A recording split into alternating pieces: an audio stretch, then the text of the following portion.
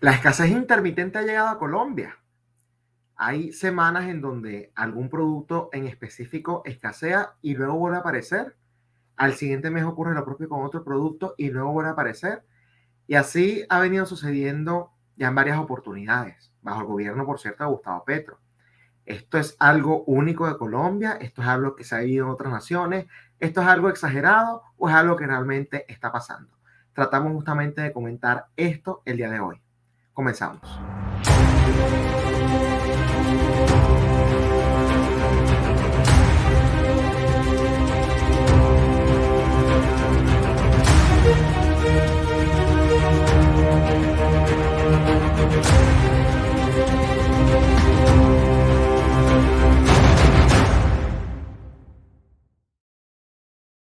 Bienvenidos a Giro a la Derecha con Esteban Hernández. Si quieres tener información actualizada en materia migratoria, te recomiendo que llames al abogado John de la Vega.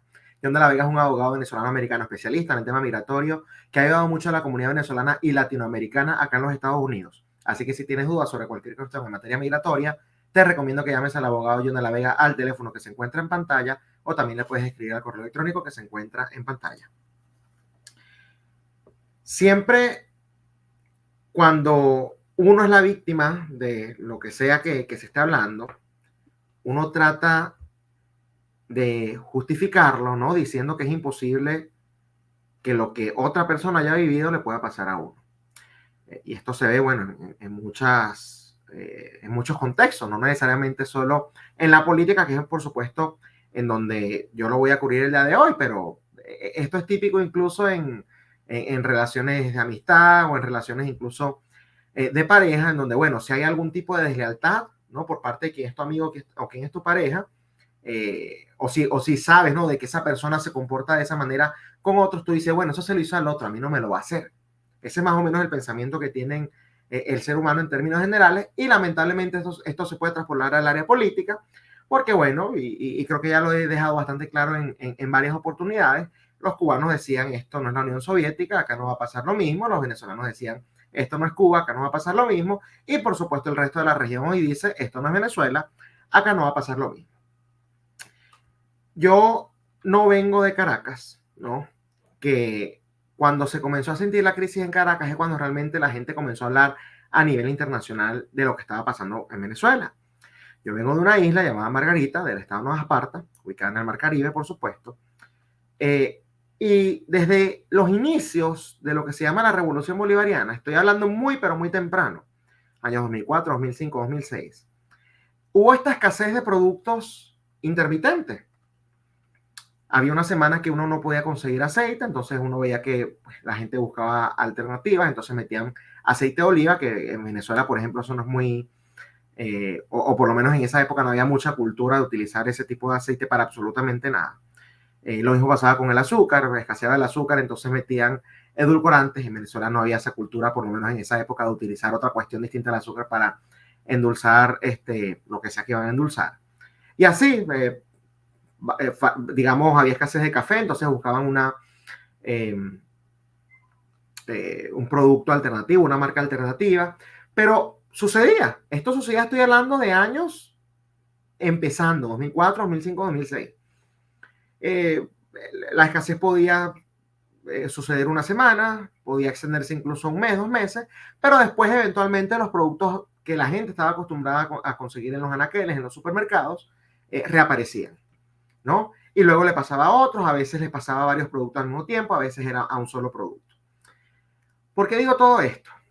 Por supuesto, bueno, la crisis después en mi estado, bueno, pegó a niveles mucho mayores. Estamos hablando de que ya en el año 2010 ya sí comenzó la escasez como tal de comida, el racionamiento en sí también y de electricidad también. Pero eso no se vio en Caracas, sino ya está mucho más tarde, 2015, 2016, 2017. ¿Por qué digo todo esto? Porque lamentablemente estoy viendo que en Colombia ya se hace común el hablar de la escasez de algunos productos. El hablar de la escasez, y por eso digo intermitente, porque bueno, escasea hoy, escasea mañana, escasea quizás por una semana, y después reaparece. Y me recuerda mucho, me da esta especie de déjà vu a lo que por supuesto nosotros los venezolanos vivimos en su debido momento. Hoy, las noticias que estoy leyendo, y esto ya había pasado en meses anteriores, es que hay escasez de combustible. ¿no? Y esto está afectando, bueno, áreas que son clave o que son importantísimas para el funcionamiento normal de cualquier país, como son el tema de las aerolíneas, porque cuando las aerolíneas se afectan, bueno, estamos hablando de que, por ejemplo, los sectores turísticos se pueden ver afectados e incluso otras áreas, tomando en cuenta que también hay aviones que no son comerciales y que se utilizan es más bien para trasladar otro tipo de cuestiones, ¿no? Que no son personas. Pero un poco superficialmente, bueno, el turismo es lo principal, lo que de buenas a primeras se ve afectado con este tipo de condiciones. Fíjense esta noticia. Avianca confirmó que suspendió la venta de etiquetes en algunos aeropuertos del país por desabastecimiento de gasolina. El impacto de esta crisis en el país se empezó a ver reflejada en la cancelación de los vuelos de aerolíneas en ciudades como Barranquilla, Cartagena, Santa Marta, Valledupar y Medellín. Estamos hablando de que por lo menos, a ver, de estas 5 que mencionan, hay 3 que, bueno, son tan importantes que se conocen a nivel internacional. Santa Marta se escucha, pero no tanto como Barranquilla, Cartagena y Medellín. Y esta yo jamás la había escuchado. Quizás, bueno, la gente en Colombia evidentemente la conoce, pero un poco para que vean lo relevante. Lo que es Barranquilla, Cartagena y Medellín, yo creo que todo el mundo sabe qué ciudades son, ¿no? Incluso si uno no las ha visitado, uno ha escuchado por lo menos el nombre. Uno ha visto por lo menos imágenes de algo, ¿no? De lo que pasa justamente en estas ciudades. Y un poco para que vean que esto está afectando, bueno, a sectores importantes del país. Por supuesto, yo tengo que acá ponerles la versión de Gustavo Petro, del presidente guerrillero, porque como buen socialista él tiene una excusa para todo. Nada de lo que pasa bajo su gobierno es culpa de él. Todo lo que pasaba bajo el gobierno de los anteriores era culpa de los gobernantes. Ahí sí, ¿no? Así más o menos funciona la lógica del socialista. Por supuesto, bueno, Blue Radio Colombia habla del tema del abastecimiento de gasolina, ¿no? Y Gustavo Petro respondió de la siguiente manera. Esta información no es exacta. El fallo de Reficar no tiene que ver con el desabastecimiento actual del combustible, porque ¿qué es lo que sucede? Hay gente que está diciendo que es por una falla de luz en una refinería, en una de estas, no refinería, en una de estas productoras, ¿no? De estas empresas, que bueno, ha sufrido varios apagones, y eso es lo que de una u otra manera está evitando que se pueda distribuir el combustible. Yo no sé si ese es el motivo real, yo no sé si eso es lo que está sucediendo, pero eso es lo que están diciendo algunos y Gustavo Petro está diciendo que eso es falso. Reficar, a pesar de ser una refinadora nueva, se ha apagado en forma general 3 veces, la última en mi gobierno. Por mal diseño del fusible principal, esta ha sido la causa también de los apagones anteriores. El arreglo de ese fusible vale 35 millones de dólares y nos ocasionó una pérdida en el último apagón de 80 millones de dólares. ¿Por qué se apaga completamente una refinadora nueva que nos costó 7 mil millones de dólares? ¿Por qué se recibió con malos diseños en sus partes estratégicas? He pedido al presidente de Ecopetrol actuar incluso penalmente con los responsables de esta situación. Lo sucedido, punto 2, en el día de ayer y hoy con la gasolina de aviones en algunos aeropuertos servidos por Terpel, nada tiene que ver con el apagón de Reficar del 16 de agosto. Reficar está operando normalmente, se han entregado las cantidades de gasolina de manera apropiada y no hay razón para un desabastecimiento del mercado. Con la superintendencia investigamos a fondo el por qué Terpel, recibiendo la gasolina suficiente, no ha entregado los pedidos de las aerolíneas de manera conforme. 3. La demanda de gasolina para avión viene aumentando en Colombia por el incremento del turismo extranjero y la reactivación económica nacional. Por este hecho, habrá importaciones transitorias en meses posteriores que se eliminarán cuando entren en enero a funcionar las plantas de combustibles sostenibles para avión, del que espero Colombia será un foco mundial en la transición energética. Acá hay algo interesante, porque en esos puntos, nuevamente, usted decide si creerle o no, pero habla justamente del tema de la oferta y demanda, y después le voy a poner, por cierto, un video de la ministra de Transporte que también habla de la oferta y de la demanda. Como que ellos entienden que el mercado funciona de una manera cuando es justamente lo que les afecta, no a ellos, pero cuando están en la oposición dicen que el gobierno debería regular absolutamente todo. Y ojo, si regulan absolutamente todo, el tema de la escasez va a empeorar. Eso es economía básica cuando uno pone controles. Pero más allá de eso, bueno, Gustavo Petro dice eso en estos momentos, que el desabastecimiento de gasolina no tiene nada que ver con el apagón. Sin embargo, el día de ayer había hablado, o hace 2 días, no recuerdo cuándo fue, y también lo puso en sus redes sociales, lo pueden buscar, de que era mentira que hubiese desabastecimiento. Entonces, primero lo desmiente y ahora dice que sí está, pero no por los motivos que la gente está diciendo en estos momentos. En segundo lugar, él habla de que esta empresa, ¿cómo es que se llama? Recuerden que yo no soy colombiano, entonces no me sé los nombres. Terpel, ¿no? No ha distribuido los combustibles. ¿Por qué tiene que haber alguien, digamos, encargado de eso, que tenga ese monopolio? O sea, que si es por lo que dicen los que acusan o los que culpan al apagón del combustible, o es por lo que dice Gustavo Petro, en ambos casos lo que estamos viendo es que intromisión del Estado. ¿Por qué la gente no puede comerciar libremente? Digo yo, si una aerolínea necesita combustible, ¿por qué no lo puede hacer directamente con alguna distribuidora de combustible, sea nacional o internacional? Y bueno, en base a eso ellos adaptarán, por supuesto, sus precios, ¿no? Porque si les sale importar, entonces, bueno, será más caro, y eso lo dice, esto que estoy diciendo yo lo reafirma la propia ministra. O sea, no vayan a decir que es un discurso neoliberal o de extrema derecha, porque ya lo van a escuchar de boca de la ministra de Transporte, ¿no? Y lo otro que me llama la atención es cuando él habla de que ha aumentado tanto la demanda de combustible para aviones, es en gran medida por la reactivación económica y en gran medida justamente por el turismo, el incremento del turismo por parte de extranjeros, es decir, de gente de afuera que, bueno, quiere visitar Colombia. ¿Por qué será que los socialistas siempre que hay un problema lo maquillan, ¿no? Para justificar justamente sus fracasos de esa manera. No, bueno, es que hay más gente demandando. O sea, ahora la oferta y demanda ahora sí existe, ¿no? Yo me recuerdo cuando en Venezuela iniciaron los apagones de luz, ¿no? Que cortaban justamente la electricidad, era porque el consumo había aumentado. Entonces la gente estaba derrochando. Bueno, pero en un país normal, por ejemplo acá en Estados Unidos, tú puedes derrochar la luz. Puedes derrochar la luz, puedes todo, absolutamente todo prendido. La cuestión es que la vas a pagar. Justamente pasa cuando hay oferta y demanda. No está subsidiada. Y entonces es el mismo ser humano el que siente los incentivos de ahorrar luz cuando ve que le pega el bolsillo. O cuando, por ejemplo, hay tanta escasez que se forman estas líneas para comprar comida y entonces los socialistas dicen, no, que eso habla es de la abundancia. La gente hace líneas para comprar comida por la abundancia del producto que hay. Eso no se ve en los países donde hay abundancia. Entonces acá es lo mismo. Se aumentó la demanda del turismo, que el gobierno no estaba preparado para eso. Cuando uno deja que el mercado fluya de tal manera, o sea, en libertad, bueno, se aumenta la demanda, aumentan los precios y no hay problema.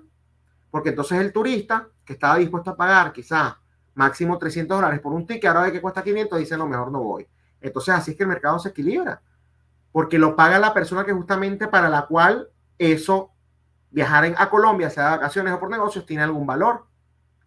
Yo, por ejemplo, quizás sí pague un pasaje de $500 a Colombia, o de 300, de 200, pero si me lo ponen en 1000, no estaría dispuesto a hacerlo. Prefiero irme a otro sitio quizás. Digo para poner de ejemplo, o sea, pero ¿cuál es la excusa acá barata? Y bueno, como les dije, vamos a escuchar ahora a la ministra de Transporte, se llama María Constanza García, que está hablando justamente respecto a esto, y que habla, además, por eso digo, ahora la oferta y la demanda sí sirve, y sí existe, de cómo muy probablemente van a aumentar los pasajes, los tickets de avión, justamente por esto que está sucediendo, que los va a obligar a importar combustible. El ejercicio regular, ¿no? Si nos están diciendo vamos a generar una importación que está cubriendo un 8%, nos están diciendo que el incremento es un incremento marginal, pues eso se tiene que ver trasladado finalmente de la misma manera en las tarifas.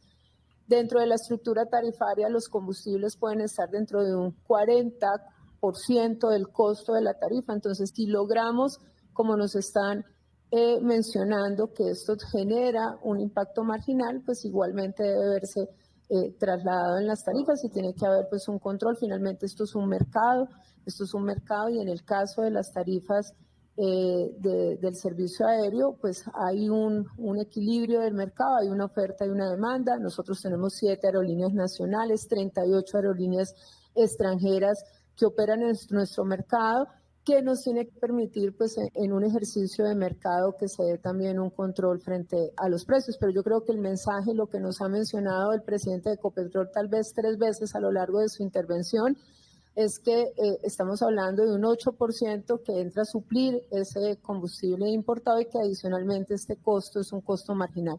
Por lo tanto, uno debería esperar también que sea marginal lo que pueda pasar. Bueno, ahí lo tienen, se vienen los aumentos y repito, y sé que lo he dicho, pero y parezco un disco rayado, pero lo tengo que seguir hablando y mencionando. Ahora sí hay oferta y demanda, ahora sí hablan de mercado.